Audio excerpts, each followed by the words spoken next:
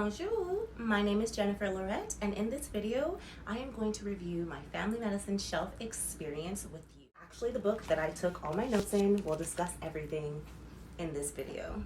Just to get started, I'd like to say that my family medicine rotation was about 6 weeks long, and we had about a week of time to take your test. So the last week was dedicated to you studying and preparing for your exam and taking last minute practice tests.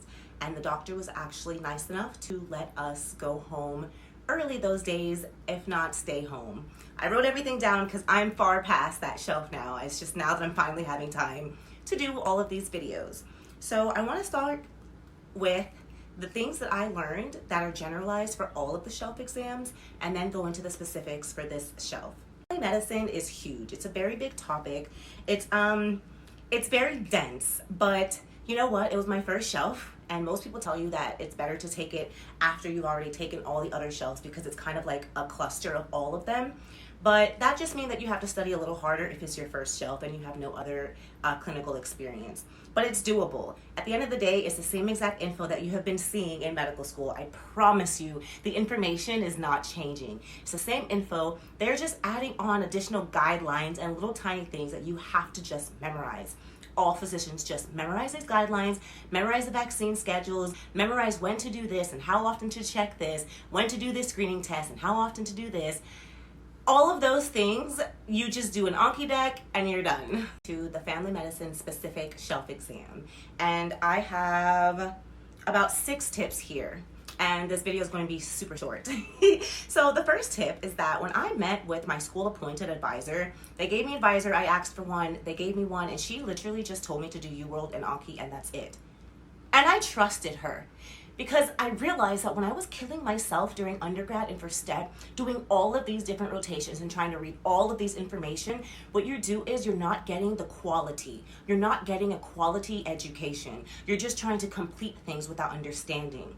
Now, if you can get through 50,000 resources and actually take your time and learn them, Godspeed. But for me, my time was spent kind of chilling and doing other things such as YouTube and preoccupying my time with life, right?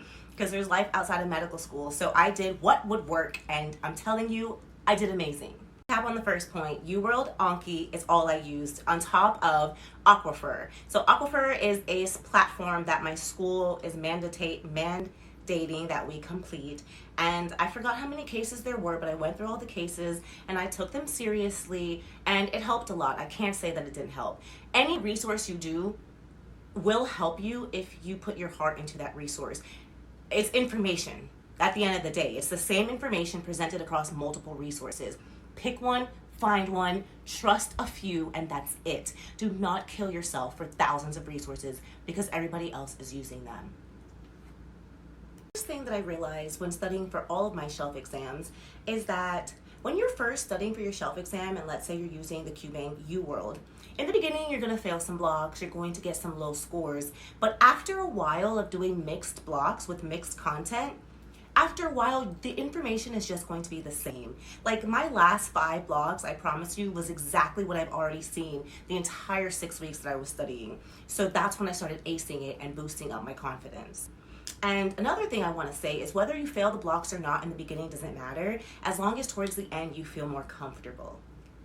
Okay, and another tip for all shelves is when you're studying before the exam, during your actual rotations, I would suggest doing the exams like this. Definitely do a mixed block. And skip over the lengthy ones. Skip over the ones that you know you just don't want to do right now. I kid you not, I will start a block of 40 and I will skip anything that has lab values because I don't want to waste my time learning the lab values and going through them. So I skip so many questions. But as you skip through, you're still getting some done. You know, like play around with it. At this point in rotations, it's not about trusting yourself anymore. You should have the confidence, and you should be confident enough to believe in yourself. So have fun while you're studying. Do the questions that are short and easy, the things that you know. And then when you're done, you go back and do the 10 that you skipped. Let's talk about number 4, which is going to be the study schedule and study strategy that I used. And you guys are going to love this. It's so simple.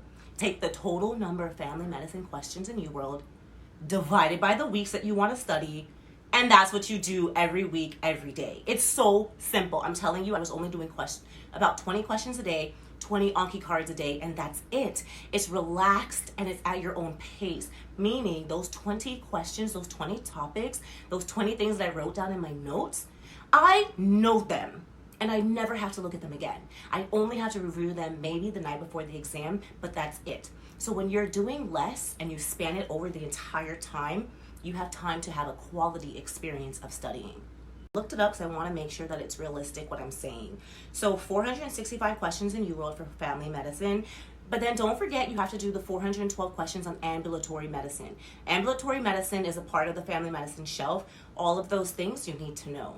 So if you put that together, 877 questions. And I gave myself 5 weeks to study those questions because I know that last week was going to be my dedicated NB&Me time, dedicated last minute studying time, the last second to get things done. So I did 877 questions divided by 5 weeks means weekly I had to do 175 questions. Now, if you divide that by me only studying 5 days a week, taking Saturday and Sunday off, that means I have to do 35 questions a day. 35 questions a day is less than a block, guys. It's possible. Trust me. So, number 5, I want to dive into the resources a little more. Anki, where did I find the Anki deck for this shelf? I went to Reddit, medical school Reddit, something like that. Just find a nice deck, find a good one. I want to say that it's Anki Step 2 is the title of the actual one that I'm using, but just find something and do all of the family medicine questions for it. And UWorld is the bank that I used. Aquifer because my school mandated it, and then Kaplan. So my school wants us to use Kaplan. We have to finish some Kaplan course, master the boards. But what I'm doing is I'm using it as a guide, but I'm not completing it in the totality until step 2 or until I'm studying for comp. But like, I'm not doing it right now in my rotations because I found a lot of errors in it and I don't have time to do poorly on my shelves. Like, I need to make it. So number 6, let's talk about all the other resources that I hear about and let me just review them. Videos, sources such as Divine Intervention, Emma Holiday, and Dr. U.S. Emily High Yield. Those, I believe, are all YouTube and podcast. They're great. They're absolutely amazing and they know their information. But again, it's the same information, different format. If you want to do it, do it. But I was able to pass by just doing the bare minimum. And by bare minimum, that doesn't mean that I slacked, guys. Doing 35 questions a day, I still sat down for 4 to 6 hours and did those 35 questions. I took my time to make sure that I was fully understanding everything. And then I went in and put it to practice, took my whiteboard out. It was very active studying. Other ones, case files and pretest, to read those or step up to medicine or master the boards. I didn't do any reading, guys. I didn't do any. Now, some people, what they do is they watch like online med ed the first week and then they read the second week and then they do their questions. Whatever your preference is, if you want to use online med ed or read case files or pretest, master the boards, all of those books, that's up to you. But again, minimize your resources. Find something that works for you. I looked at master the boards. I looked up step up to medicine. I read all of them and everything just seemed like it would take me much longer than just doing some UWorld questions. I know a lot of people do not believe in just questions, but I think that questions are the best way to learn. I realized that when I studied for my USMLE Step 1 exam, how much I was missing out on doing questions every single day. Amboss. Fabulous resource. Amboss UWorld, you can't go wrong with either. I think Amboss may be better because it's all inclusive. They have videos attached to it. They have a huge online library attached to it. But I'm saving that for step 2. Let's talk about the schedule. The schedule was a little wonky. It's very dynamic for all rotations because the doctors are hustlers and they're doing multiple jobs. So sometimes we were in the office, sometimes we're at a rehab clinic, and then other times we're at the hospital doing rounds. But nonetheless, our days were pretty short. I wasn't there for more than 3 to 4 hours every day doing your rounds, and then you go home and you write a little soap note. Sometimes he would excuse the soap note if he could do it himself, but usually he wanted the students to help him with those soap notes. And the very last week, he let us stay home so that we can study for our shelf exam, but we had to meet every single morning for, I believe, 1 or 2 hours every single morning on Zoom, where he would just go through all the topics that he thought were high yield. So what I've realized is all the doctors here want you to succeed. All the doctors here are willing to share their knowledge, and they understand that you need time to study. So speak up. You have to ask them for these times off. We didn't just get them. So the actual family medicine shelf exam itself was very broad.